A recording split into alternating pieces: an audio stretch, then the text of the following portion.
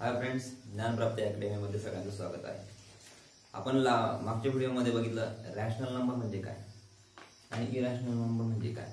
आज आपण 1.1 ला आपण सुरुवात करत आहोत.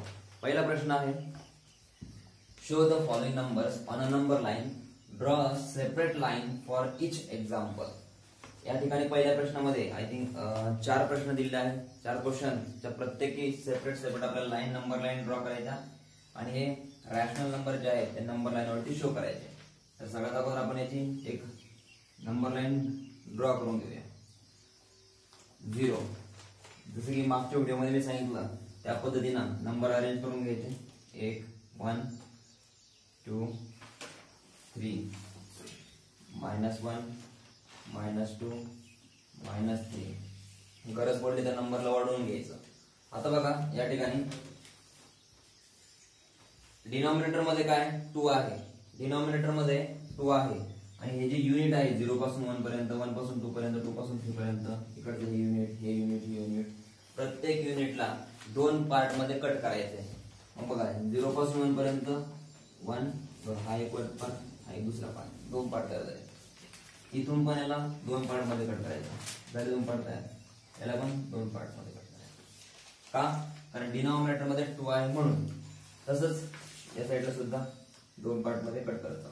बघा 2 पार्ट झाले प्रत्येक युनिट मध्ये, राईट.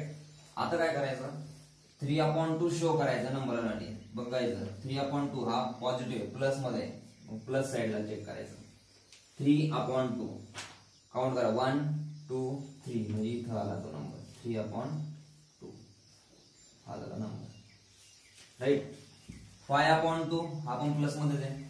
0 पासून काउंट करायला सुरुवात करायची. काय काउंट करायचं, 5 न्यूमरेटर 1 2 3 4 5 5/2 इथं शोधायला. आय होप तुम्हाला समजत असेल. त्यानंतर -3/2 म्हणजे निगेटिव्ह साईडला बघायचं, मायनस साईडला -3/2 0 पासून काउंट करायला सुरुवात करायची. 1 2 3 इथं आलाय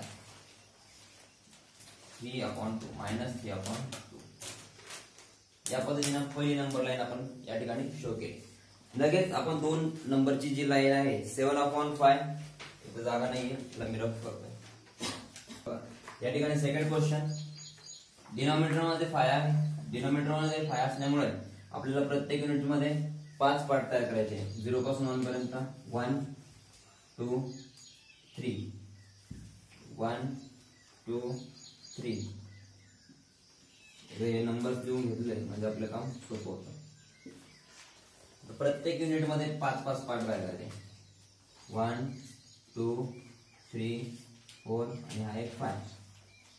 1 2 3 4 5 1 2 3 4 5 1 2 3 4 आणि इकडचं एक 5. थोडं जवळ जवळ झाले, हरकत नाही. 1 2 3 4 5 1 2 3 4 आणि हा एक 5. आता नंबर शो करायचे. 7/5 7 हा पॉझिटिव्ह साईडला आहे. 7 0 पासून काउंट करायला सुरुवात करायची. 0 सोडून द्यायचा असतो. 1 2 3 4 5 6 7 इथं आलाय आणि 7/5 हे फ्रॅक्शन इथं दाखवू शकतो. लक्षात येते. -2/5 मायनस साईडला 2 करायचं. 1 2 -2/5. त्याच्यानंतर हे -4/5 मायनस साईडला 4/5 0 पासून काउंट करायचं. 1 2 0 ला सोडून द्यायचं, 0 पासून पुढे 1 2 3 4 -4/5 इथं आलं. समजतंय का? क्लिअर? Any doubt? त्यानंतर थर्ड एक्झाम्पल याच पद्धतीनं तुम्ही करून बघा. -5/8 and 11/8. How to show. सरळ सरळ नंबर लाईन ड्रॉ करा.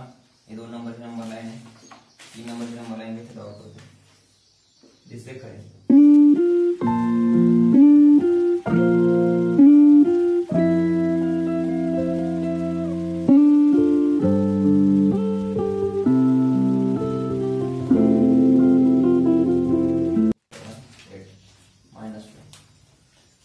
-5 0 पासून या साईडला 1 2 3 4 5 इथं आला -5/8 आणि 11/8 1 2 3 4 5 6 7 8 9 10 11/8 या पद्धतीने नंबर आपल्याला शो करायचे असतात.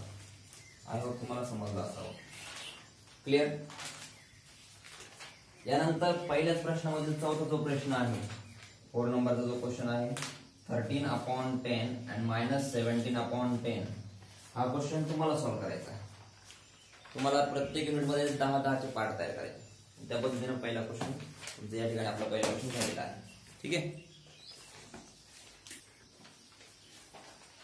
Question number 2. Observe the number line and answer the question. या ठिकाणी एक नंबर लाईन ड्रॉ केली आहे आणि 3 क्वेश्चन दिलेले आहे. आपल्याला या क्वेश्चनचा आन्सर फाइंड करण्याचा प्रयत्न करायचा आहे. नंबर लाईन मध्ये आपण बघितलं, ऑब्झर्वेशन केलं, याच्यामध्ये पार्ट्स किती तयार झाले एका युनिट मध्ये 1 2 3 4 1 2 3 4. प्रत्येक युनिट मध्ये 4 पार्ट तयार झालेले आहेत. 4 पार्ट तयार झालेले आहेत. त्यानुसार आपल्याला या प्रश्नाचे उत्तर द्यायचे आहे. बघा, which number is indicate by point B. Which number is indicate by point B. थोडंसं व्यवस्थित लिहा. पॉइंट बी. पॉइंट बी कोणत्या नंबरने इंडिकेट केलेला आहे?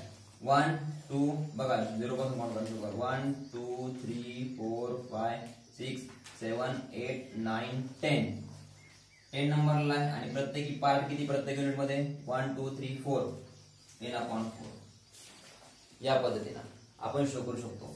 जर आपल्याला याचा सिम्पलेस्ट फॉर्म लिहायचा असेल तर आपण याला 2 ने कट करू शकतो, पण काय हरकत नाही, काय गरज नाही सध्या.